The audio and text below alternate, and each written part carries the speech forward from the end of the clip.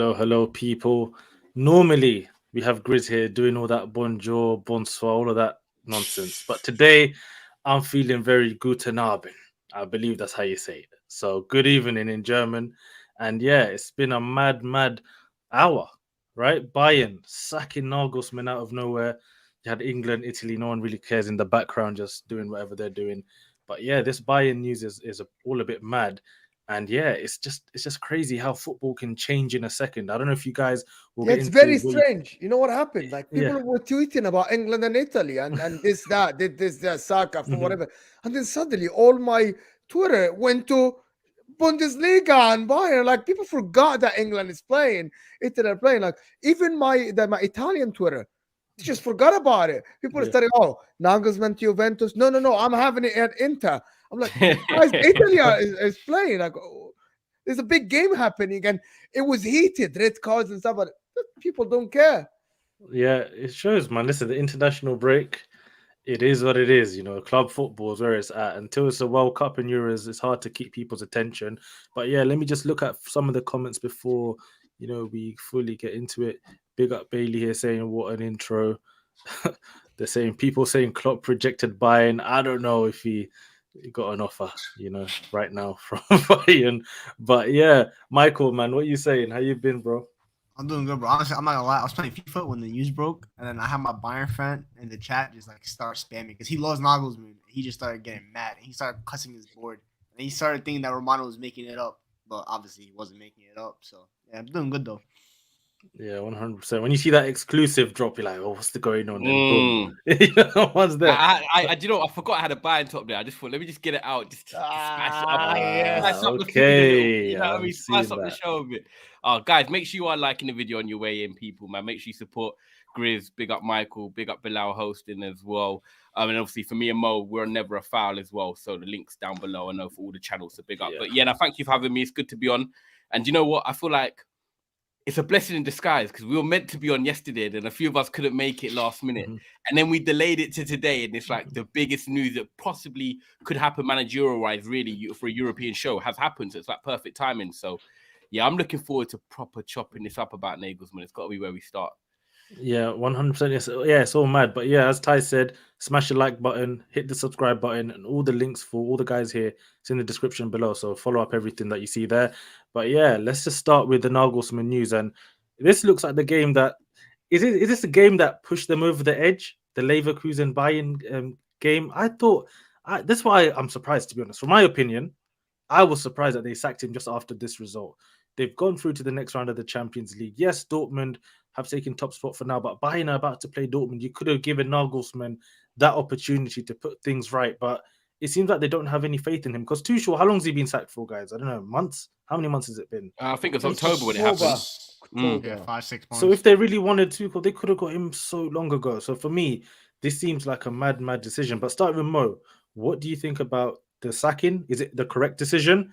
And also, have you changed your opinion? Because I remember last time we were speaking, you said you tipped Man City to get past Bayern in Champions League. But now with Tuchel, do you think that Bayern can get past Man City? Number one, who says it's Tuchel? I'm gonna go there. Number two, even though the odds are in his favor, but I think about Nagelsmann.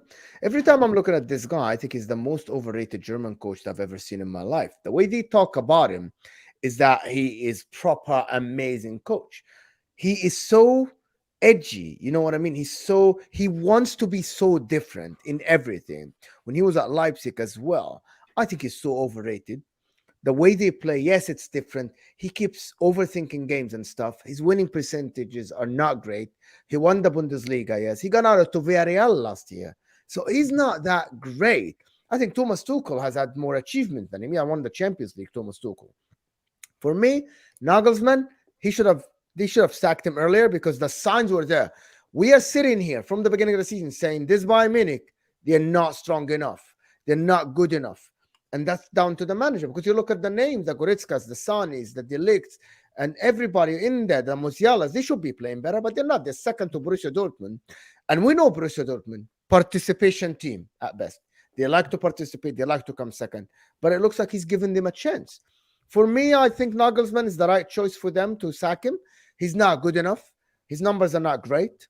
He likes to tinker and do all this strange stuff and dress different. But I think if they're gonna get Thomas Tuchel, they get a manager who knows German football, and he's German, so no language barrier there, and he's through and through can actually play effective German football. So I think maybe if they hire Thomas Tuchel, I'm thinking maybe he's got the better Pep. I think that's basically nearly. I think that's all done basically. Yeah, the announcement's tomorrow.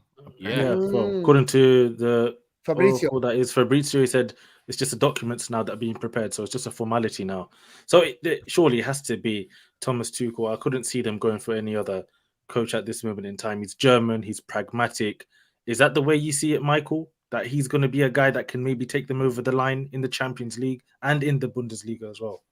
I mean, I guess. I mean, the only reason they really hired him is because apparently Spurs were lining it up for him to sack Conte and hire Tuchel, and then apparently Bayern didn't want to miss a chance, and that's why they went forward. I guess they were waiting till the summer to sack Nagelsmann. They were going to let him show himself in the Bundesliga, retain it, and then maybe see what he does in UCL. Because if you look at UCL, they've only conceded 2 goals in UCL this season, and it was to Victoria Pilsen. They kept clean sheets against Inter, Barça, and PSG, which is really solid. And in the league, yes, they're second, but I mean, pretty much all of us had them beating Dortmund in a couple weeks. I honestly thought Bayern were going to score in like the first 10 minutes and demolish Dortmund, but I guess Thomas Tuchel was the one.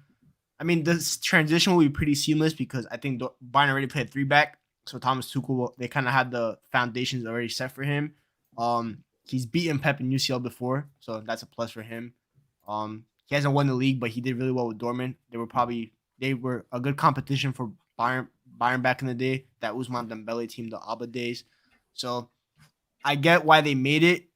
Do I think it was a little harsh on Nagelsmann a little bit, but I guess they don't want to miss their chance, so I can't really blame them. If they had a manager and they didn't, I think Braz was actually earmarked Tuchel for a long time now. He wanted him after Dortmund, but PSG beat him to it when they hired him, and now they haven't had the chance since. So I guess he was the one that they've had for a long time, and they obviously didn't want to miss their chance. Yeah, Ty, any thoughts on that as well? Do you think that Bayern couldn't miss this chance with Tuchel? They had to get him in right now. I kind of feel like what Michael said is spot on, really. I think they've always earmarked Tuchel for the job, but the timing, obviously, of Chelsea, then PSG as well, like they've never really had that moment to go and grab him. I don't know if, Spurs are definitely talking to him, apparently. That's what the reports are saying now. But even if he was talking to Spurs, if he knew that Bayern were interested, you could just say, I'm not interested in going to Spurs and, I'll wait for you, Bayern. But however, can you wait for an opportunity like that? Because if Nagelsmann went and won the Champions League, it's then harsh to go and sack Nagelsmann. Even though we've seen it happen in football, Ancelotti leaves Real Madrid, and, I know Di Matteo came in for a short stint at Chelsea. He left as well. Gus Hiddink won trophies. But I just feel like they wouldn't sack Nagelsmann if he'd won the Champions League. So for Tuchel, it was kind of maybe push the button with Bayern and say, Spurs are calling me, and you're going to have to make a decision. Now, your first question to Mo was, do you think the result on the weekend had any impact? First of all, I'm going to say no. I actually watched the game. Bayern were 1-0 up, and then if you've seen the penalty incidents, it's 2 penalties that go against you. The ref books him for diving twice, and he actually re-changes his decision. I just feel like that's one of the games in football where Nagelsmann kind of managed the game. He took off Mane at halftime. He's having a bit of a poor season and tried changing it up, but that can happen to any team. They've only lost 3 games in the Bundesliga this year, and they're not cutting it apart like people expect them to, like what they've won it in the last 10 years. But I just feel like this might be what someone commented, non-footballing reasons, because, Bayern are a very well-run football club. When you look at it, Bayern are actually run by footballing people. If people don't know, like Salihamidzic and all play, like, Oliver Kahn, these are players I grew up on when I was a child. These are footballing people. So there could be clash of heads, there. So I feel like there's something off the scenes that's going to come out, because I actually looked at a tweet, right, and I actually favored it. Big up Uncle Sharma. I mean, I know he watches the show. He says they paid 25 million release clause to get him from Leipzig, and then they gave him a 5-year contract. Now, we know that managers don't really get 5-year contracts apart from Graham Potter, which was all like, whoa, what's Ted Bowley doing? So there must have been something that's gone on, because Bayern do not really want to sack a manager, that given a 5-year contract to, who's not having the worst season. I get it. They're competing with Dortmund for the league, but they'll probably go on and win it, and they're still in the Champions League. So I really am looking forward to seeing what comes out from it. Do I think that, Nagelsmann was getting the most out of the players? I don't know. That's one thing I look at. I look at the players that they've got, and we've all questioned it from the start of Eurostars. We said, "Oh, Bayern good enough to win the Champions League." You look at their team, and you think on paper they've got some really good players, but I don't think Nagelsmann was getting the best out of some of them players. The formation changes as well. Playing a back three, then back two, and all these funky formations. It was like it was never settled. So I do think there's a few things he's got wrong, and I think he'll learn from it. But if you ask me right now on the show to be straight up and say, right, Bayern Munich right now for the rest of the season, they've got Nagelsmann there or Tuchel, and none of them are managing the club right now. Who would I take? I'll be taking Thomas Tuchel because he's proven, he's won things, he's got them stringent methods, and he's actually got a big enough ego. And I'm not saying an ego in a negative way, but he's got an ego to control big players as well. I'm not saying Nagelsmann can't, but you just don't know we don't know what he's like with big players. This is the first big club he's managed. We know Tuchel's, managed big stars. He's gone to PSG, he's been at Chelsea, and he's won. So yeah, I would take Tuchel over him. Nagelsmann has the lowest win percentage of the recent coaches. Football has changed from 2009 to position, and teams win, like the Barcelonas, the Real Madrid, like teams get 100 points and stuff like this. Nagelsmann's, every time I'm watching Bayern, yes, they try to control the ball and try to control ball position. I grew up with Bayern of the 99, 2000, the two Champions League finals, and all this stuff. I think Bayern Munich have lost their identity under Nagelsmann. And the board is not only about the football, it's the whole identity. There's a lot of press talk about Nagelsmann. There's a lot of clashes with Oliver Kahn, decisions and stuff. And that was reflected on the pitch. I'm seeing Bayern Munich was always a well-oiled machine that plays game the same way and they win games. I feel Nagelsmann tried to change the culture of the club, tried to get a more hip club. As Ty said, 2 in the back, 3 in the back, depending on the game. Bayern were never like this. Yeah. You felt like they were a robot team where it's just you played them 4-2-3-1, dun dun dun. And it didn't matter who played from back in the day, from Roy Mackay and all these guys to the Robins and the Ribéry's, and it was the same way of playing. The energy, he's trying to put in the tricks and flicks and here and there, and I'm like, you're really losing the identity. And I think that was Thomas Tuchel. Ty said pragmatic. It fits the profile really well. Yeah. 100%. There's some more information about this. I think it actually links into what Ty said as well. So this is just on Julian Nagelsmann. It says here he was totally surprised by Bayern's decision. The coach was skiing in Austria on his days off. The bosses came to the conclusion that Nagelsmann was mainly to blame for dropping 10 points this year and being overtaken by Borussia Dortmund. And then if you come down here a little bit more, so they say obviously the Champions League record didn't help him. But I think what's really interesting is this bit here, the last two bits. So the club hierarchy thought that obviously the treble's in danger. They got Dortmund next, they got Man City. But here, the last point about Thomas Tuchel, that there was interest from Real Madrid, probably, and now Tottenham are also interested in him. So that's probably now forced them to pull the trigger, as Ty was alluding to, that, maybe the Conte situation, that's what's getting into the Bayern Munich hierarchy's heads as well. But Michael, any thoughts on Bayern, where they go from here, and what are your expectations now for them this season? I mean, one last thing on the Nagelsmann, the big egos, I don't forget to mention it. He couldn't control big egos. Manuel Neuer generally hates him. Manuel Neuer hates him, and Manuel Neuer is the leader of the Bayern group. Him and Muller are the leaders. I think they fired Neuer's goalkeeping coach, and he threw a hissy fit about it.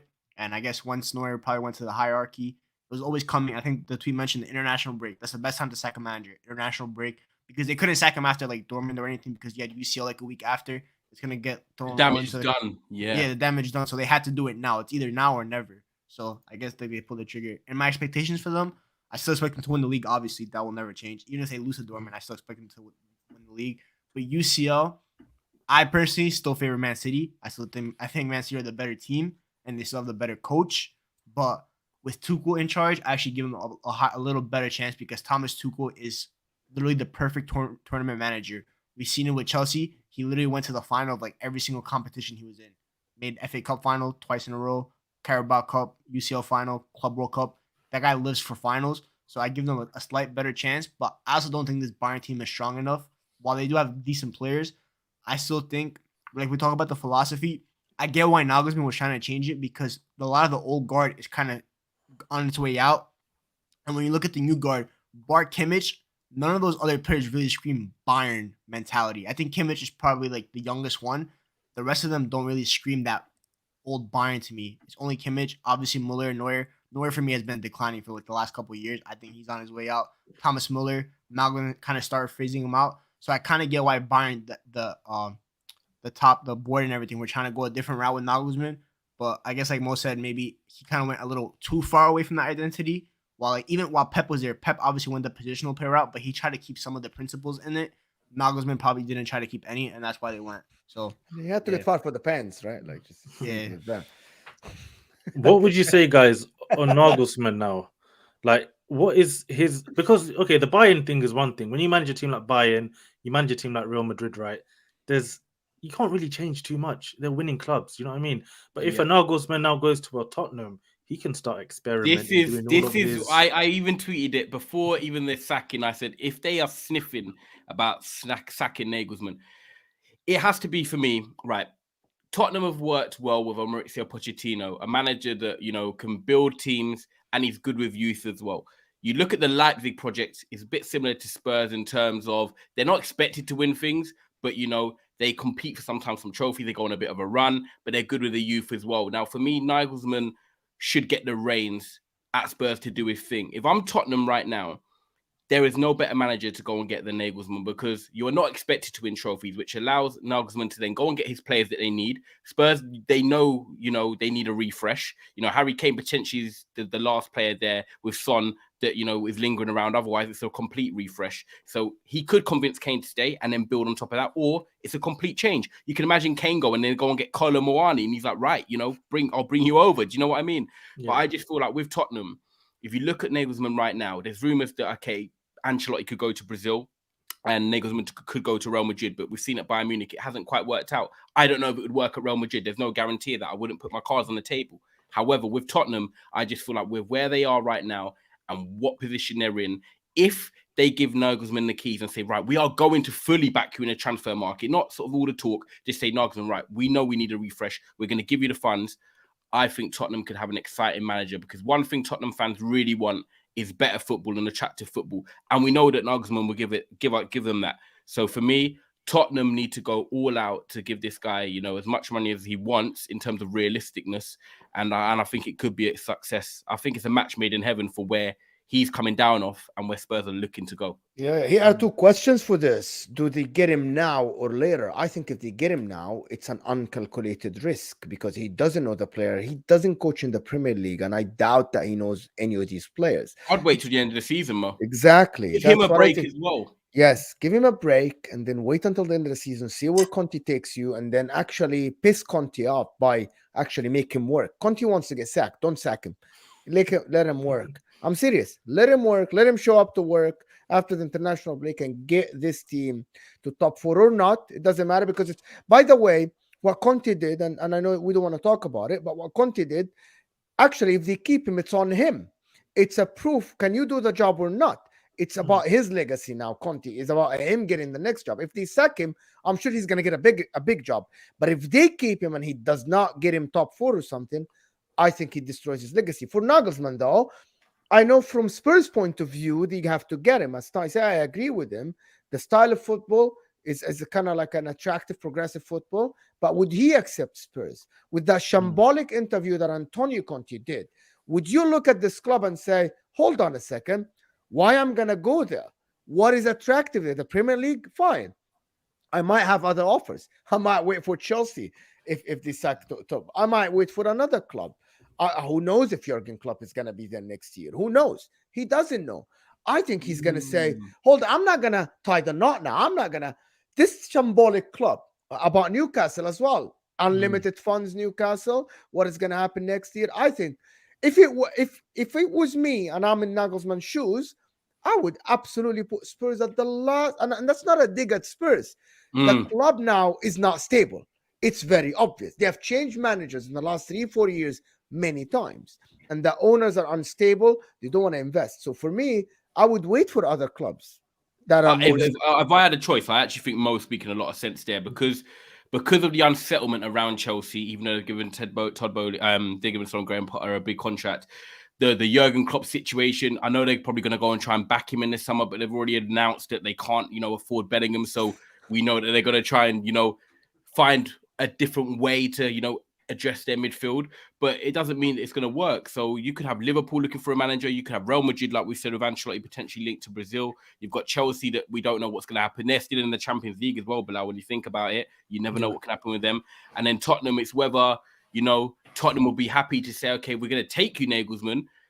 We are going to allow you X, Y, and Z, because Nagelsmann is that type of manager that I think he can go to Spurs with demands. I don't think if Spurs go for like a Ruben Amorim or a De Zerbi, I feel like Spurs, the stadium, and sort of the Champions League football you can coach in, that kind of lures managers in. Whereas Nagelsmann's managed one of the best clubs in the world, and he's had them big players. So for Spurs, they need to do something different to attract him. So yeah, if I'm Nagelsmann, I'm chilling till the summer. So yeah, the Chelsea one's an interesting one because Chelsea, they poached Brighton, but there's another club that they went after and they poached a lot of people, Leipzig. And we all know where Nagelsmann used to coach. Their sporting director, Vidal, he was a Leipzig sporting director.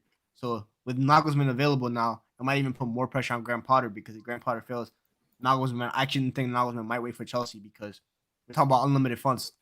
Newcastle, Todd Bowley's pretty much unlimited funds. This guy just gives you a credit card and be like, yo, go buy some players, whoever you want. So I think that's a good shout.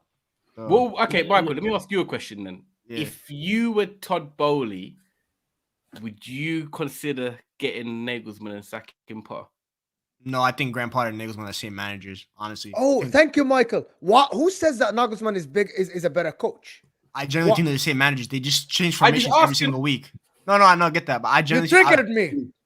I would stick with Potter. I think they're the same managers, to be honest. Like maybe like a Luis Enrique, for example, is a whole different monster. But I think with Nagelsmann and Potter, they're the similar managers. And Oh it's not a drastic change. That's what you're trying to say. Let's be honest here.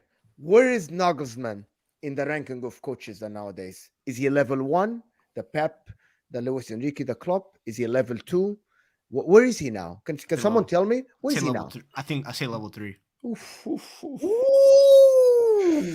Depending on how many players. People in the people in the chat, I want them to tell me. People in the chat, please let me know, how do you rate Nagelsmann? Is he an elite manager? Is he a world-class manager, or he's just an average, as Aiden says, a Pochettino It's so level? hard. We still don't know. He's so young. I like the Poch one. I like the Poch one. I think him and Poch are very similar, because we also have Poch at PSG. Yes, him and Nagelsmann like had the same kind of like pathway at PSG and Bayern. They both won the league title because they were pretty much meant to, but in the UCL, while Nagelsmann's in the quarterfinals now, but Poch even went to the UCL semifinal with PSG. So Nagelsmann can't even say that he did that, because he lost in the quarters to Villarreal last year. So Poch, let's say Spurs go with Poch and Nagelsmann, they already know what Poch can do. So they might even consider Poch before Nagelsmann. Because how can you say that Nagelsmann? How can you say that Nagelsmann is a better manager than Poch? Can you really say that? I agree with Michael. Did you see Ben's comment? He said the German Brendan Rodgers. That's a little too harsh still. Hey, Brendan Rodgers is winning FA Cups with Leicester, man. Oh wow, he's doing bits. That's a hard one. I can't answer that because I feel like he is quite young. Like it's just I want another year or two. No. Definitely, he's got the potential to become like a level 1. But for me, if we're putting like level 2, for me, like a level 1, as we said, Pep. He's not level 1, man. Etc. So he's not there. And for me, my level 2s would be like the Ten Hags, the Artetas. That would be my level 2. Yeah, he's not. And then after that, and then after that, level 3, maybe De Zerbi's and Arteta doesn't win. If Arteta doesn't win the league, does he still count as level 2? I still think so. Yes, I think so, the way they regardless. play. Yes, Also, I think. Yo, De Zerbi's a higher level than Nagelsmann for me. I'd rather have De Zerbi as my coach than Nagelsmann. That disrespect on this channel on Nagelsmann's name.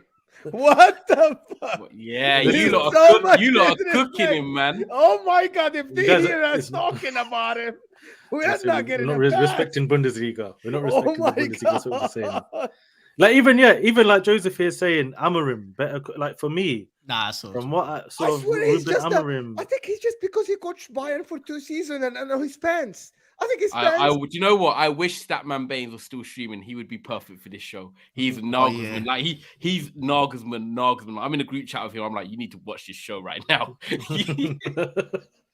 AB, I'm going to tell you what Arteta has done more than Nagelsmann. Arteta has taken a team that was 10-6 and built team that can actually challenge one of the best teams we have seen in recent years in the league. That's what I have done. Nagelsmann took a triple winning Bayern Munich team to be actually challenging and be second in the league.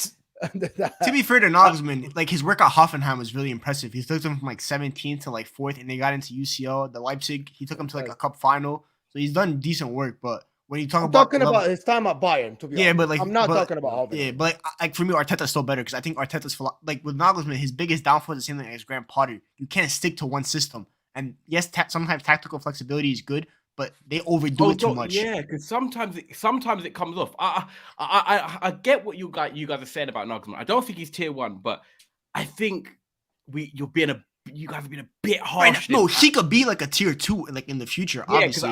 With another job. Another job where he can drag I the team. actually think he can be as good as the top tier managers. He could, yeah. I think Nagelsmann has the capacity to be the likes of Pep, Otmar Hitzfeld, like Ancelotti's. He has the capacity. You know what it is, Mo? He's not now, Ty, right? No, he's not now. I get it. I agree. Nagelsmann is not top tier yet. He has the potential to be. However, what I feel it is for Nagelsmann is that he was at Hoffenheim and then he went to Leipzig and he done good work.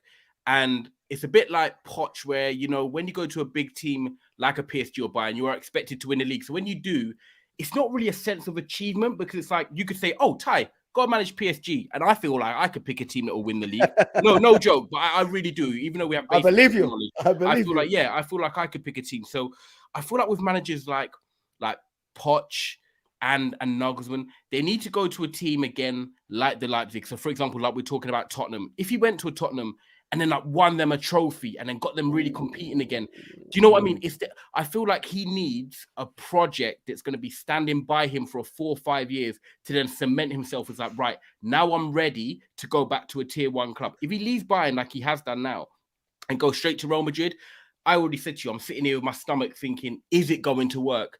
I want him to go to a Real Madrid or go to an elite club, and we all think, yeah, do you know what? Nagelsmann's ready. It is going to work. And that's why I think that Nagelsmann is a good coach. It's not worked at Bayern. They've only lost 3 games, but something's gone on.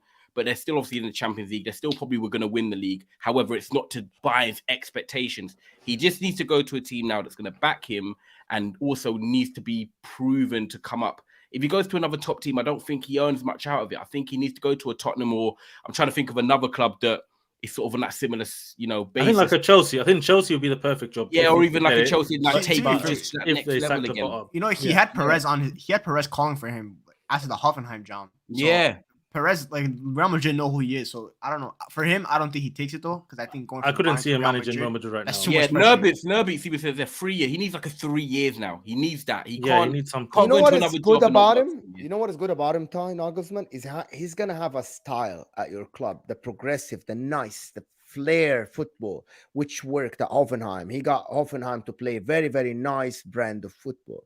If he does that with Tottenham, that would be great. That would be great. However, that club can destroy his future.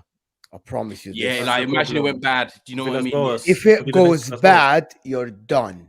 If it go, the problem is if it goes bad at Chelsea, if it goes bad at Bayern Munich, Real Madrid, all this, your future is not done. When it goes bad at Tottenham, you're done, bro. You're probably nobody's gonna hire you again. For some reason, this happened. This is why Conte is doing this. He's trying to protect his legacy. He's trying to protect his name. It is very tough taking the Tottenham team, actually. And because when you succeed, look at Poch, PSG. He got sacked. He went to PSG. But if it doesn't work, it's so But if hard. he does do a job like that, you'd have to rate him so highly. Because for me, like I'll just say, like from a Arteta point of view, right? What he's done for me at Arsenal, like the way he dragged that sort of club. It's a big club, but so in the mud. And then to drag them back, to where they are now, for me, that's so impressive. And if Nagelsmann could do something like that, whether it's at Chelsea, whether maybe even if it's at Tottenham or Newcastle, something like that, I think that's going to add even more to him than going to Real Madrid, where for me, I don't think he'd actually do well there. I think he'd actually drown in a club like Real Madrid. Right now. Exactly. And then you have it's like, oh, you failed at 2 big clubs. Do you know what I mean? And then you have. But I would like to see him and Xavi, guys. I like to see him and Xavi. It would be good. 2 young managers. No, I get it. Don't overthink of those two. Do you know what though? It's interesting, but I was going to ask you, like, even with Arteta, right? Because you've seen that he's turned it around now, and it's like 3.5 years into it, and you guys have ridden by him.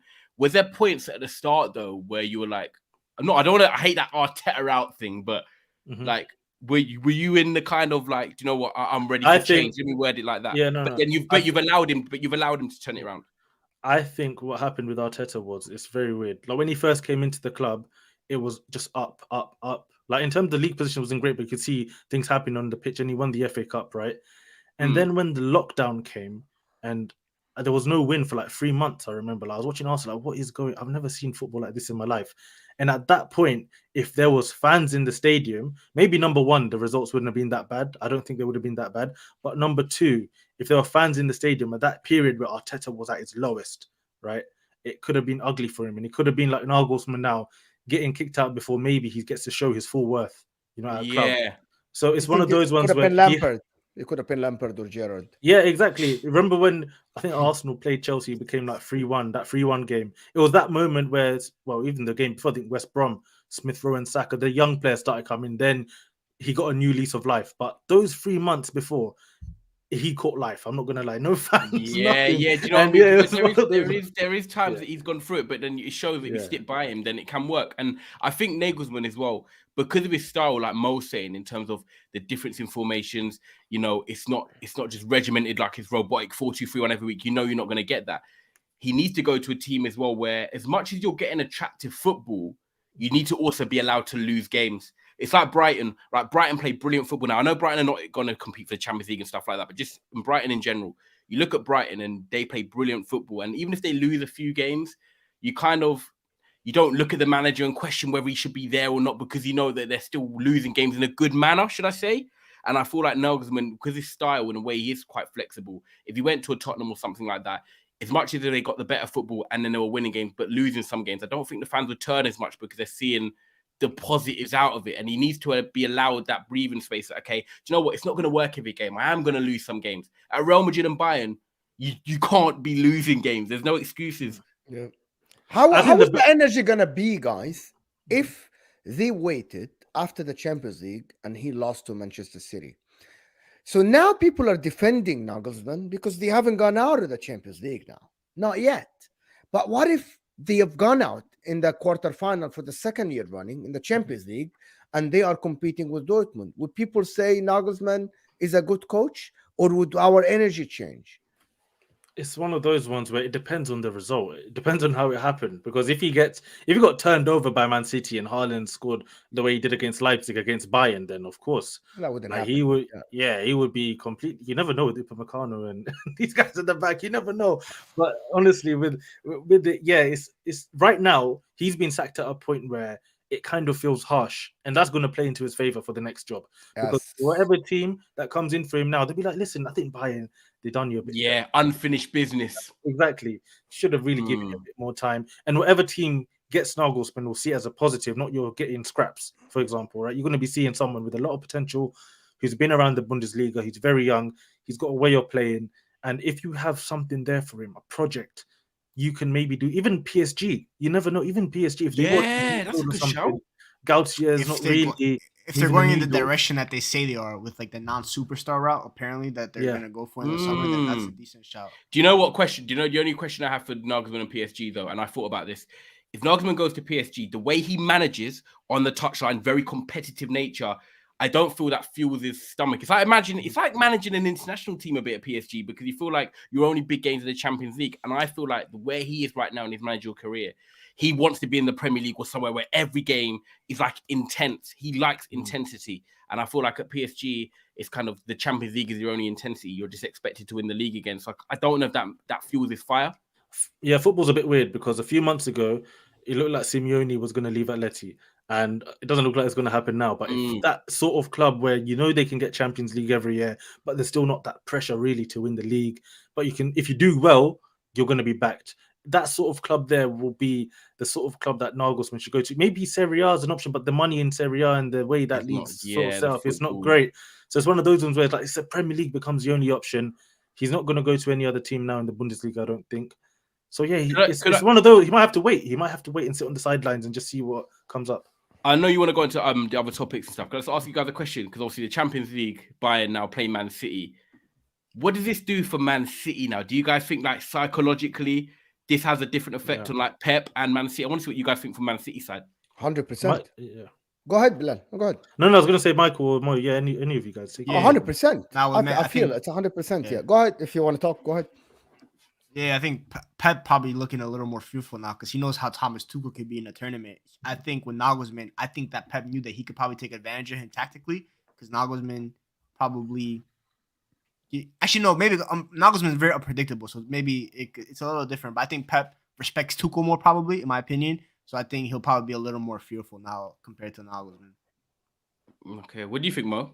No, I think Pep now thinks that maybe our chances went from being 70-30 to like 60-40 if he was thinking like this, because Thomas Tuchel, first thing that Thomas Tuchel did with Chelsea is that Chelsea was scoring goals left and right under Lampard.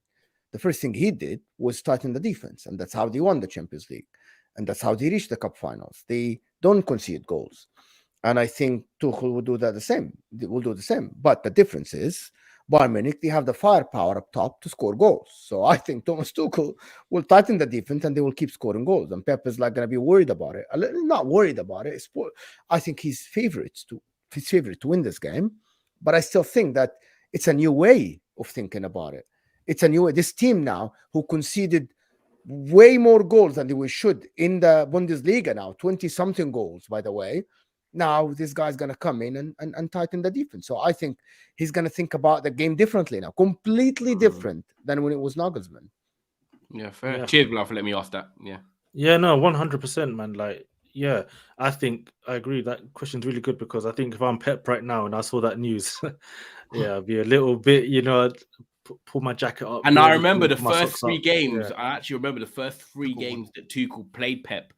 He beat Pep. Exactly. So it's one of those ones, and that sort of manager that's not going to allow Man City a lot of space. It's going to make it hard for them to play, but also, on the attack, there's going to be a lot of structure as well. I think it can be difficult for Pep, and the game now has gone even. I think it's 50-50 now, in my opinion. Whatever way that goes, I wouldn't be surprised. So I think that. One thing I'm interested to see is like the Tuchel, like so how is it 50-50? We're putting a new manager in a new squad, and we're saying it's 50. That went back in the days from a new manager makes your stock go down to a new manager right away gets you a better chance. Well, when did that happen? A new manager bounce. Tuchel tax with cups, his tactics, the style of play. Even this year, Man City, we've seen them struggle. We see them struggle against the likes of Bilal, didn't you have Bayern beating City anyway, even when I had it. I had them. So you're out, you're done, bro. You had it before that. And then I had it before, but now I'm more confident. That's what I'm going to say. 100%. People, hit that like button. Yeah, 260 of you here, and we're not even on 100 likes. Please show us some love. It looks like this underneath your live chat. Please hit that like button for us. Let's get to 150. Please help. There's nearly 300 people watching, man. So come on, guys. Man. Big up everyone, man. Great show, by the way. It's really good. 100%. Come to the comments. Nagelsmann, defense league. Nagelsmann is one of those ones, man. He's got his fans. They've been cooking Arteta, but Bilal, you got to fight back, bro. They're cooking your manager. You got to fight back. Okay. He can handle himself, man. A lot of haters. They're very similar, by the way. Career is starting kind of like a little bit. Nagelsmann had a earlier career, but I think they're very similar in terms of like the experience and all the stuff. I think it's very similar. And one took if he wins the league with Arsenal, I think he surpasses Nagelsmann for sure. Arteta. That's a crazy achievement, in my opinion. He wins the league. I have a question from Mani. Like Tuchel, do you guys think that Tuchel, like we all saw how Mani struggling under Nagelsmann and everything? Do you think maybe like Tuchel could get a little better out of Sadio Mane? Because that would be a big X factor for UCL. Because Mane, Serge Gnabry as well. Gnabry. I need to see the hitters in that team get the license to actually cause damage. I expect Davies. I actually like this question because I even just said that. The way Nagelsmann was managing, I didn't feel like he was getting the best out of like the Gnabrys, Colemans, and Sanes and stuff like that. And one thing I've looked at when I've researched like Tuchel's regime and the way he trains, I don't know if you guys have seen the clip, but he says, my attackers, I give them freedom to get themselves out of their own situations. And I feel like there's players like Coleman, players like Mane, even, for example, it's random, but Theo Walcott and Raheem Sterling, players like this, when you give them time to think, they're not great. When they play on instinct, they're fabulous. They can just do something out of nothing. And I feel like if Tuchel says, right, when you're in a situation, just do something and get yourself out of it. I'm allowing you that freedom. I think Mane, Coleman, Gnabry, and that will actually play better off that because they feel like they've got the license to try things. Whereas look at Grealish at Pep. I'm not saying that, Grealish is not thriving under Pep. He's getting better now under Pep. But Grealish even said, my first year, I used to do what I wanted at Villa. I could just float around. But at Pep, it's like, you've got to do this. And some players struggle to adapt like that. And I feel like with Coleman, Gnabry, Mane and stuff, if they have that freedom and license, that might actually unlock them a bit more. Devil's advocate here.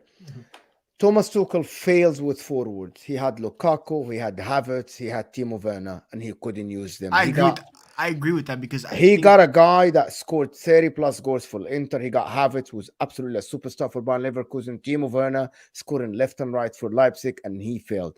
I don't care if it was your signing. You're a manager. Dortmund, I'm sure the attack was scoring goals. No, but if you think about it, not enough.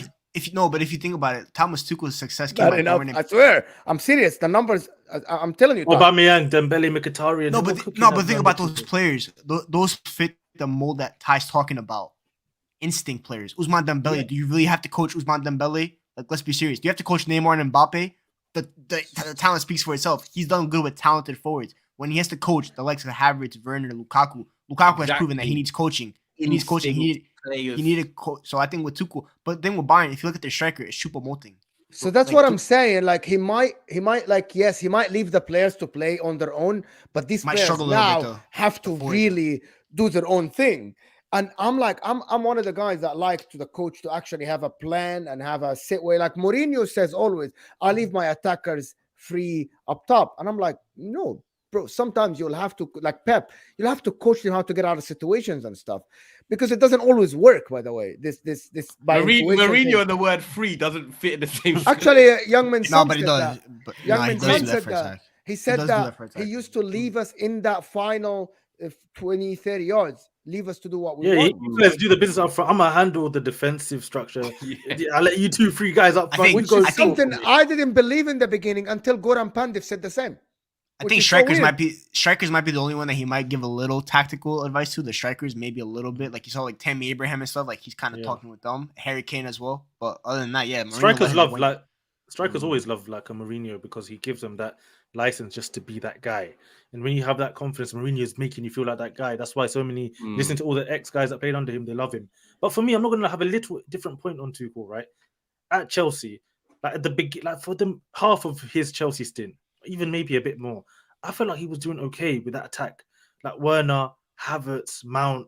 I felt like he was getting the best out of them. Like I didn't think you can get much more than he did. This guy so bad. I get it though. I mean, it's an upgrade going from like Havertz, Werner to like Amani and Gnabry, Coleman, even like a Choupo-Moting probably better than Havertz. So I imagine what he could do with the quality of Bayern's forwards compared to what Chelsea had at that time. Musiala too managed to win the match. Musiala, I think the Lukaku signing really just killed everything. Where like so much money, he screwed up, bro. Lukaku, he deserves blame for that though. He deserves blame for the Lukaku one though. Because Lukaku was literally one of the best strikers in the world. I want to answer AB. Yes, maybe we're wrong about that Dortmund season all over, but he had time to coach. These are top forwards. Timo Werner was one of the most sought forwards in the world before he joined Chelsea. Havertz the same. Lukaku was the same. And for me, I get it. Marco Reus, Oba, and all these Ousmane Dembele. It might be the same as Ty says. It might be free-flowing forwards. You do your thing, and it works. And these guys are definitely way more talented than the guys I mentioned before. Sane and Mane and Serge Gnabry are way more talented. Jamal Musiala, way more talented than Lukaku. And these guys way more talented. Different level, to be honest. Yeah, 100%. But anyway, I'm conscious of time. So, yeah, let's see what Nagelsmann does. Let's see what Bayern does. It's the Nagelsmann show. After the international break, we'll see how everything just falls down and where the cookie crumbles. But yeah, let's move into the La Liga. And damn, Barcelona have won La Liga. We were right. Exactly. Thank you. Yeah, we said it actually. We were right. Where are you? We were right. Rice.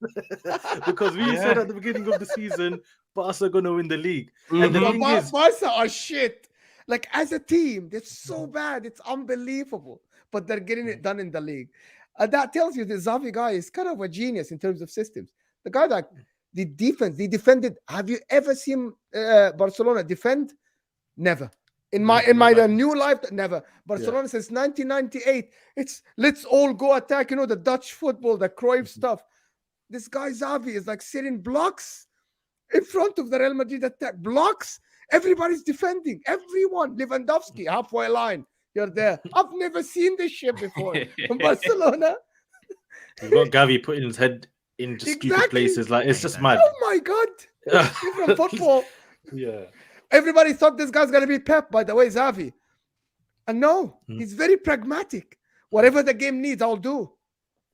You live long enough, man. He complains about pragmatism, though. That's the ironic thing. Like, he'll complain about Diego Simeone winning 1-0. Like, why you don't win it the right way. So I don't get, like, with Xavi, it's kind of hypocritical of him in a sense.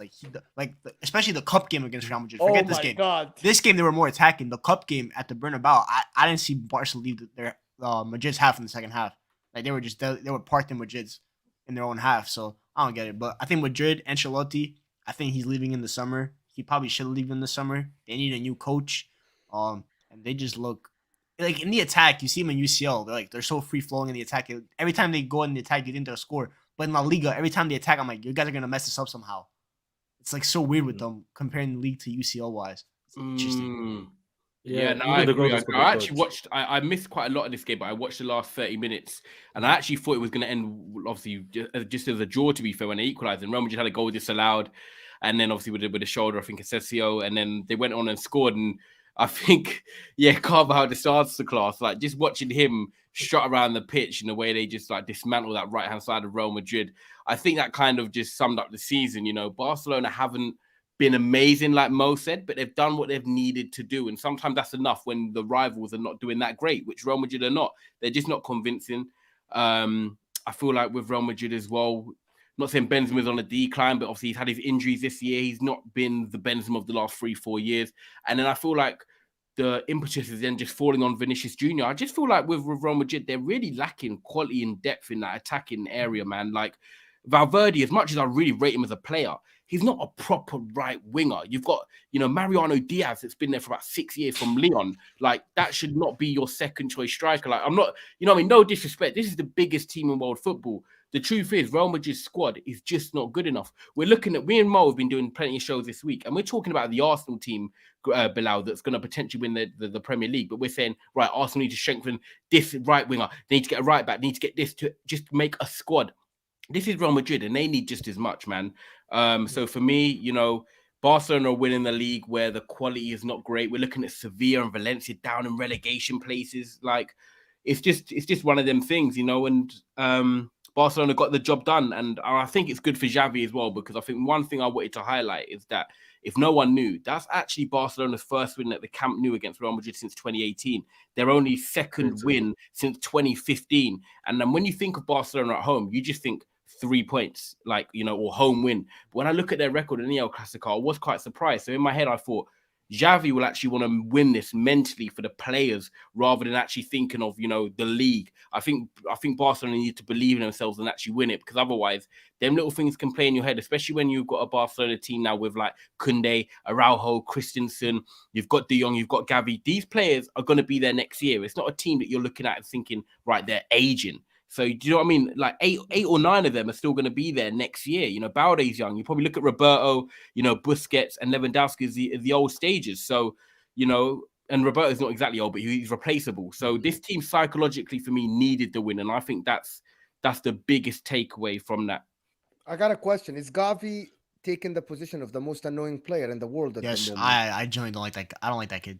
No offense. It's unbelievable off the ball and how he hits people and try to fight everybody on the pitch. What are you doing, kid? He's the least Barca midfield. He's like the least Barca midfield I've ever seen in my life. He's everything anti-Barca. I've never seen a Spanish midfielder this physical. These kids diving into headbutts like he's Nemanja Vidic in 2008. What are you doing, kid? And I'm watching the game like off the ball, the camera behind the goal. He's like hitting people and trying to fight.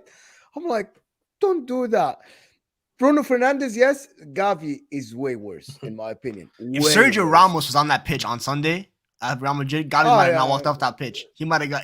And he's a kid as well. He's a kid as well. Like, imagine he's doing all of that. Like, one of these older guys could just get him, like, kid, calm down and just like do something. I think players like this don't last as much like especially if you're technical, because that's not his game. Like the likes of Gattuso, as someone mentioned, that was the way they play football.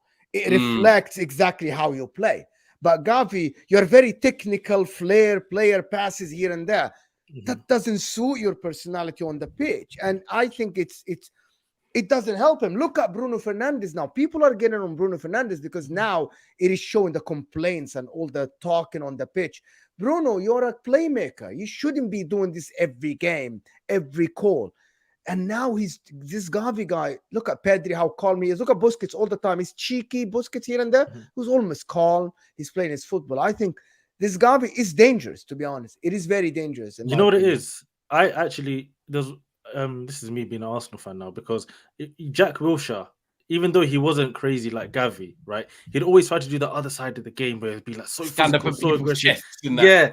Exactly. Do all of that, bro. You're not about that life. I know you're not, but you're trying to force it because you're this English midfielder. It takes away from the game, right, Bilal? It takes away from his good sides, and that's maybe why you overcommit in certain instances and get injured. You know, the amount of times I saw him do his ankle, maybe because he overcommitted into something. When if he was a bit more calm, like a player, for example, who just retired recently, Mesut Ozil, one of the most calm players you'll ever see. Never would he get injured for no reason because of the way he played. He believed in his technical ability. And a player like Gavi, with a manager like Xavi, surely should be pulling him to the side and saying, listen, calm down. You've got a long career ahead of you. Don't try and ruin it or jeopardize it by overacting and overstating yourself on the pitch. So, and also, it can be a detriment to his game as well. Because I feel like when players like that who are so technical, they forget their technical ability in a game and they start playing off emotion. And that's where Gavi could, you know, in the years to come, some games could pass him by because he's too emotionally attached to the game rather than letting his football just do the talking. Exactly. It used to work for some players, like Wayne Rooney. You get him mad, that's it, game over for you. But Wayne Rooney was never the technical calm player. It's just the way he plays football. But like Mo said, like the Roy Keanes or Wayne Rooney's, like it's just instilled in them from young. Like, but Gavi doesn't suit. It just doesn't seem like it's him. It's not you, bro. Like, but anyway, about Real Madrid, I wanted to add something about Real Madrid. Is that when are we gonna start talking about that Benzema, as good as he is, he will need somebody else. Somebody else in that place. He's too old to be by himself. Because if Vin, as Ty said, if Vinny's not there to help, Benzema cannot do it on his own. He's trying to carry that offensive line on his own, especially with Toni Kroos and Modric behind him. I think this is a big mistake, a very big mistake that they're doing, that they haven't, with Mbappe's deal not working. Go get a forward. Go get a second striker. They need one. Because he's not going to be fit. He can't play 90 minutes. He can't put all these performances 90 minutes. What striker would you go and get, Mo? Kolo Muani for some reason. Go get Kolo Muani. Go get Kolo Muani. Go get that young guy from Paris Saint-Germain. You Bilal, tell me the name. The guy from Paris Saint-Germain.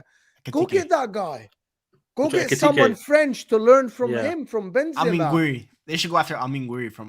You don't know if he's gonna play next year or not. Is he at Rennes? Yeah, he's at Rennes. Yeah, and it's very strange that they didn't go for a French talent other than Mbappe. You have Benzema, one of the most established French footballers in the last 10 years.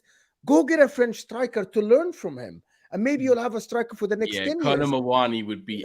Kolo Muani is the one. Perfect. Definitely. For me, Kolo Muani. Obviously, would you sign a Harry Kane though for Real Madrid? Because he's only 29, 30. You could get like 3-4 years. And he does the similar thing to Benzema, drops in the pockets, you know. Exactly. He plays in. Yes, why not? I'd say Harry Kane, or if not Harry Kane, maybe a Muani. It's too late because he signed that contract with Spurs and he's already close to breaking the contract. He's only got 1 year left on his deal, though. No. What I mean is that when he signed, when they wanted him, you remember 3-4 years ago, the record was not on the table. Him breaking the Premier League record wasn't on the table. Right. But now, because he stayed that long at Spurs, now the record is on the table. And because he hasn't won trophies, he wants his name in the books, in the history books. Yes, he wants his name in the books of the history by breaking the record. But I don't think he's going to move to Real Madrid because I don't think they can offer him as much money as Man United. And don't forget, with Kolo Muani, they've already done business. Luka Jovic was signed from Frankfurt. They work together. Real Madrid, Frankfurt, I'm sure they'll pay the money. They would agree some sort of fee, which is probably cheaper than what Premier League clubs would get offered as well, because that English tax and stuff like that, even though he's not playing for an English club. So I feel like, they've already done business. The Frankfurt Madrid, it kind of works. Even their manager was linked to Real Madrid the other day. I remember reading something. Wow. So it's maybe they're looking at Frankfurt. Obviously, they've looked at them in the past and they're thinking they're liking what they're seeing. Wait. Is Luka Jovic still on their books? Yeah, he is. No. I think he was redeemed. Finally for a very cheap. I just mentioned him and actually just thought, wait, I don't know. No, he's at Fiorentina. He's at Fiorentina now. Yeah, but I don't know if they sold him though. I think it was redeemed. The contract, they just cut it. Yeah, he was redeemed. It was an option to buy or cheap, and then I think they triggered the contract. Okay. I think Fiorentina went a bit mad. They signed that Cabral guy, didn't they? Jovic. He's a Fiorentina player official. Because they've got this youngster, haven't they? Who they brought on, who scored in the Copa del Rey game we were watching. Funny enough, I can't remember his name. Hernandez or something. The Real Madrid. Yeah, the 18-year-old called Hernandez, but they can't rely on him. Apparently, he's a good prodigy and stuff. But you're going from Benzema to this 18-year-old Hernandez. He's played no senior football except for one game. They have to go and get a striker, and I think Colomboani is and a midfielder, Andrew Bellingham. Yeah, they need a right winger. They need two fullbacks. They need a striker. They need. I think they're going to get. Does anyone know their financials? Or have they got the money to do? They have 250 million just floating around. For Mbappe, they got the money for Mbappe money. Yeah, fair. So it's Mbappe or bust mentality. Maybe that's what's been holding them back the last few. They need to get over that because they need to build a squad, or Barcelona are going to start dominating La Liga. They're going to get Bellingham next year. They're going to go for Bellingham. They should get him if Man City. I don't know. We'll see. Liverpool still in there. We'll see where that goes. But for me, I look at this Real Madrid team, and all my life, this is why I picked Barcelona to win the league to start with. Anyway, all my life, I don't associate Real Madrid with being consistent in La Liga, and this has always been their issue. They'll win it one year, but the next year it's very unlikely that they'll retain the title. And especially with this squad, it's primed for Champions League nights. It's primed for one game. 2 games, you got to rise, and that's it. They'll do it because of the quality of their players. But for me, and I watch them play, they're so reliant on Vinny. It's ridiculous. Just everything to the left. Everything Vinny. Vinny. If it's not Vinny, it's not happening. And that's, for me, too much pressure on Vinny. Even after the international break, we saw all of the abuse Vinny was getting. And it's all because of the attention as well. To be honest, you've got to say Real Madrid put a lot of pressure on him during the game to perform for the team. So that's all adding to everything that's coming around Vinny. So I don't know. Real Madrid definitely need to try and revamp the squad. But I don't know, Champions League guys, some of you guys are feeling Chelsea, right? To get past them. I don't know if you guys are still feeling that. La Liga, you're Real Madrid. Okay. Yeah, so now with La Liga. 55-45 for me. To Real Madrid or to Chelsea? Guys, Chelsea are weak. Come on, guys. Chelsea are not good. If it was, you guys haven't seen the script. Graham Potter's Chelsea versus Thomas Tuchel's Bayern in the semi-final of the UCL. Watch the script writing. Thomas Tuchel's return to the bridge. I love this. I would like cooking something. UCL are cooking something in the script. I would like 100%. that. They knew that Nagelsmann is getting sacked, and they knew Tuchel would take it. UEFA knew all along. They knew. Yeah, man, it's all mad. But just before that's La Liga done, it looks like obviously Barca are going to win the league. I just want to touch on Serie A and Mo. What are Inter doing? Why are you letting you? I looked at the table. Let me get it up here. This is a joke. These guys have minus 15, and I'm looking at it. They can do it. They can do the top 4. Me and Ty called it 3 weeks ago. This mentality of Juventus is what will get them top 4. Yes, I know that they took the 15-point deduction, but we saw them coming. Remember when we done shows at the start of the season, we were talking about Allegri getting sacked, and then we was like, let's just see if we can get a few runs, a few wins together. Then we came back on here for 2 months later, and it was like win. 1-0s, 3-2s, whatever it was. They were finding ways to win games, and that's what's important. And in Serie A, what did we say? I said about Roma, I said Milan are not as good, and Inter, they're not consistent. And even Lazio, I know they're on a run now at the moment, but none of them teams for me scream 5 wins in a row. There's always win, loss, draw, or win, draw, loss. And Juve are that type of team that can just grind out a couple 1-0s, in 3 or 4 weeks, and all of a sudden that points just starts dwindling. And they're doing it. And for them to go to, the San Siro and win that game and grind it out after scoring early with Filip Kostic. It's just testament again that, yes, I know they're not the Juve of, oh my God, they're going to win the Champions League or get to the finals, but they still have that know-how and a coach that knows how to win them games. And, he's instilling that confidence in them. And I feel like Juventus is that type of team as well, that because they've been the big dogs in Italy for so long, because they got chucked the points deduction, they kind of want to, prove people wrong. It kind of fuels their fire. And it's kind of a dangerous thing to do when you're a team like you against a team like Juve. And, that's what they're doing right now. And, fair play to them, because I thought they were kind of dusted after that first start, a couple of months. You're never dusted when you're Juventus. No, you're not. Mo, before you start, I want to ask you a question. Are you worried about Serie A if Juve make it top 4 and then the domination starts again? Are you worried that could happen? No, it's not. I don't think it's going to happen. They don't have, their squad is not great to do that. And no, I think other teams, Napoli is still strong.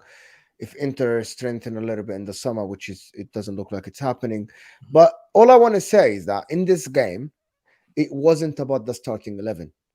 It wasn't about anything. It was about the will to win, the winning mentality. In this game, it was about a team that went to this game thinking, we are a big team and we win this game, and a team that thought, who cares? It's all right to draw against Juventus. And that's coming down to the coach. Whoever, it's Antonio Conte who did this in 2011, 2012, started this cycle with Juventus that no matter what happens, we are the big team. We are winners. And that happened in the Champions League. That happens in La Liga. Juventus always think about themselves. The youngsters think about themselves as champions, right? The problem with that is that when you get a coach like Simone Inzaghi, who is a participation coach, a competing coach, he's okay to compete. He's okay not to win. He's okay to make top 4. He's okay to come second. It's all right. Next year will improve. The players feed off this. And that's a big problem. In this game, it looked like Juventus wanted to win. Inter didn't want to win. I don't like this Inzaghi coach. I think he is not great. I think he's absolutely a coach that is not mid-table, like top 6 coach, but he's not a coach that will win you the league. Spalletti was the same, and it took him years of being second, third Spalletti to actually now be with this Napoli team. This Inter team on paper are not bad.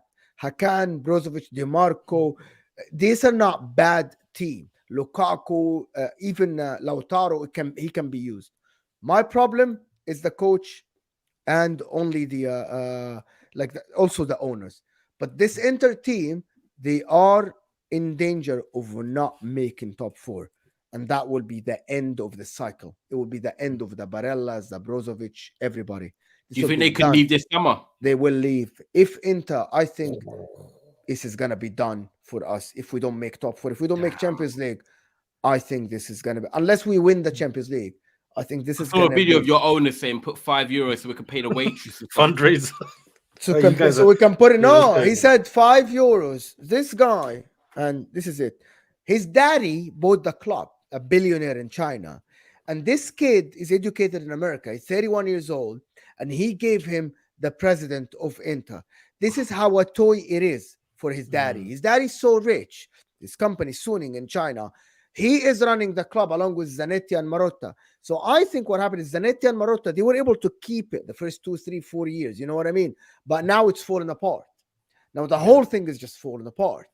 And if your daddy buys you something like this and gives you to manage it, you'll fuck it up. And he did fuck it up. The whole thing is fucked up. The whole situation at Inter is screwed. We have a 31 years old getting drunk at a party saying, put €5 so I can give it to the sporting director to use it in the transfer market.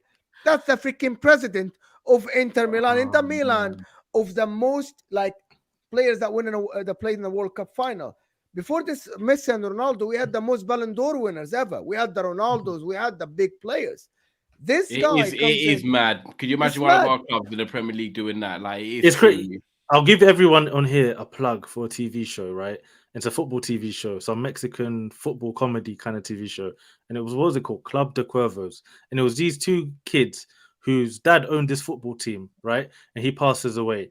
And then it's these 2 kids fighting for battle, to own the football team and how they're going to run things. And it's just literally this Inter owner is the kid. Is literally one of the main characters of this show. So it's one of those ones where even when he was saying the €5 thing, I saw someone behind him trying to get the mic off him. He's like, "Yo, calm down." Yeah, That's the man. sporting Like, director. That's Yeah. the I think one of the sporting directors. He's like, because he actually said, "Give me €5. I'm gonna give it to Uzelio for the transfer to use it in the window." What are you saying, bro? Just shut up. Man. Yeah, no, That's the it's mad, man. president of my club. So Yeah, it's tough. Yeah, Michael, any thoughts on Inter, Juve? I told Mo he doesn't want us to believe that Juve are gonna come back and dominate for another 10 years. But Michael, you're an outsider. Do you see that if Juve get top 4 this season, as long as if Napoli keep their players, but if they sell a few players and Juve invest a little bit more, if they get out of this trouble, are they back?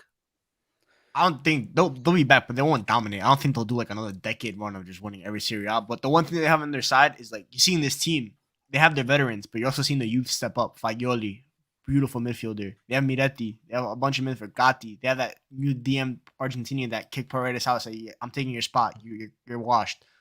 Vlahovic is obviously still a young striker. Chiesa. They have a bunch of youth players, so I think they'll be back in the sense that I think next season they can compete for a league title, especially if Napoli lose the players that they're meant to lose. If they lose an Osimhen, that's going to be a big hit. So Juve can compete for the title next year, but dominance, I don't think so. But I do think they're getting top 4. I really think that they're going to get it. I think the last game of the season for them is Milan, so that could be literally a spot for that. That's a battle for the 4th spot right there. But Lazio have one thing for Lazio, they only have 1 game a week now because they got knocked out of Conference League. That'll be a big boost for them. And Maurizio Sarri, while yes, he has his flaws, that guy knows how to coach in Serie A, especially in domestic play. He knows how to coach in the league. So I think it might be one. And they had a big win as well on the weekend. Obviously, they beat Roma. They beat Roma in the Napoli play Milan. Okay, and if Juventus win their next game, I think it's against Verona. They'll be 4 points behind Milan at 4th. Yeah, they're getting it. Yeah. They're getting it, man. I think especially Jose is going to start throwing away the league. There is a talk. Yeah, there is a talk now that they actually might get the 15 points back. So that in making if they get it, Serie A is a drama, man. They get that is you want honesty? I'm an Inter fan, and they didn't do anything wrong on the pitch. They didn't bribe referees this time. The owners are like cheaters. They like cheated stock market. They should get transfer banned. They should get transfer banned. That's what I was thinking. It's a transfer ban. But the players on the pitch didn't do anything wrong. They didn't bribe referees or something like this. Even though at Inter it was supposed to be a handball, that goal that actually decided the whole game. It's a clear handball, but it is what they're in trouble. Like, even the Dybala thing now, they owe him apparently 50 million, right? And those kind of things there, like if they need to find a way out of it. So if they can get the 15 points back, then the Champions League next season, that's going to help them massively rebuild that squad. Yeah. Let me just get this up here. Beluga, I don't know if you had a comment you wanted to put in or anything. Just put it in and I'll just read that out if you had a comment. If not, thank you for the support. And yeah, big yourself up. Yeah, if you have any comments, just put it in normally. Don't send any more super chats, and I'll try to read them out before we, end the show. Yes, so save your money for Inter. Yeah, send me the €5. Send them my way. I love that. Yeah, do you know what though? Like Michael said, just quickly touching it. I think that Rome derby was actually good to watch. Like the red card, the disallowed goal to make it 1-1, and then it stayed 1-0, and then even the goal to win it was a nice finish. I love the way. One thing I do love about watching Italian games, even though it's not the same as watching like the Galazio program when I was growing up as a kid and stuff, but when you watch these derbies and like Lazio score, for example, against Roma on the weekend, the way all the subs run on the pitch, and they go into the stands. Like I do love the way they celebrate. Like I know our derbies are good, like Man United, Liverpool, and like Arsenal, Tottenham, but the way they celebrate is different to the Premier League, man. And I can watch that day in and day out. And I think that was a big win for Lazio, by the way. And one thing that's really standing out for me, and I wanted to ask you, Mo, as you watch Serie A, is I look at this Lazio team. I'm not trying to promote gambling because I'm a betting man sometimes. But Ciro Immobile has not been starting a lot of games this season. Is it injuries or is it he's not in favor with Sarri? I think he's not in favor. He's not the style. He tries to start him. He scored 9 goals still, but I think he was injured. And then the way Maurizio Sarri likes players that can play football on the ground, can pass the ball, and he's not that guy. He was never that guy. He's always been that sort of the guy for them that they go to kind of for goals. Maybe he's injured a little bit, but I think Ciro Immobile, Maurizio Sarri has a style of football, and I don't think Ciro Immobile suits that style at all. Okay, interesting. So that's why he never really worked out at Dortmund, because he will get a goal here and there, but even when they had like guys like Paco Alcácer come in, like, he was a better footballer at times than Immobile. That's why he actually ended up being loved by their fans. But yeah, this game, Ty, as you said, like for me, I was watching it, I was like, how many minutes has the ball been in play? There was a minute. I felt like I was watching the game for like 20 minutes. Like there was just incident after incident. There was no football being had there. This is one of the biggest derbies in the world, guys. You guys don't realize 100%. the whole Italy is upside down. Chaos, man. Chaos, 100%, guys. But yeah, I think we're gonna have to wrap it up there. It's been a great show, guys. Big up everyone here. As I said earlier in the show, go into the description. Everyone's stuff is there, to like and subscribe. Make sure you subscribe to this channel already, Football Khanage. Hit the like button. We're bringing you content every single day if we can. Last few days been a little bit of a struggle, but we're trying. We'll be there and we'll be back show, with you guys. Really Ramadan Mubarak, everybody, for people. Exactly. Yeah, exactly. Man. Ramadan. Mo's still out here. How long you got left? An hour, 20 minutes. Exactly. Hour 20. You're all right. An hour, 20 minutes, guys. There you go. We done half of it for you, see? You had 2 hours and a half when you came on. So Did I stream for more than 5 hours today? Legend, man. Yeah, as I said, go subscribe, go follow everyone, man. The ads are all here. Go follow them, man. And yeah, guys, we'll be back with you guys next time.